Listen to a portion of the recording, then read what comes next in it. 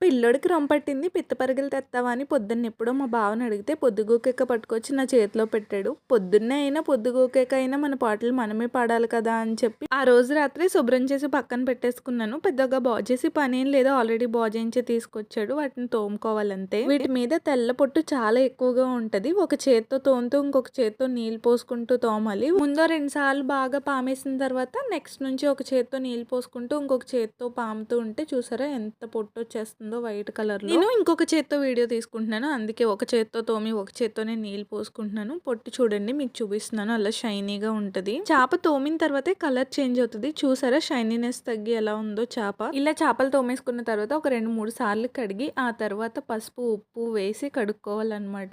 ఇలా ఒక 2 ఒడుపులు ఒడిసేస్తే చేపలు మొత్తం శుభ్రం అయిపోతాయి. పసుపు ఉప్పు వేయడం వల్ల ఏంటంటే తెల్లగా వస్తాయి, అలాగే నీచు వాసన కూడా రావు. వీటిని అలానే ఫ్రిడ్జ్ లో పెట్టేసుకోవచ్చు. కాకపోతే నేను ఉప్పు కారం పసుపు నూనె వేసి కలిపేసుకుని పక్కన పెట్టుకున్నా. ఇలా కలపడం వల్ల ఏంటంటే చేప పోదనమాట, ఫ్రిడ్జ్ లో పెట్టకపోయినా ఉంటది. అలాగే ముక్కలకు కూడా ఉప్పు కారం బాగా పడుతుంది. ఉప్పు కారం వేసిన తర్వాత చేత్తో కలిపేయకూడదు. గిన్నె ఇలా కుదిపితే చేప ముక్కలన్నిటికి ఉప్పు కారం నూనె అన్ని పడతాయి. తర్వాత నేనైతే వీటిని మూత పెట్టి ఫ్రిడ్జ్ లో పెట్టేశాను. సరే మళ్ళీ కలుద్దామే, బాయ్.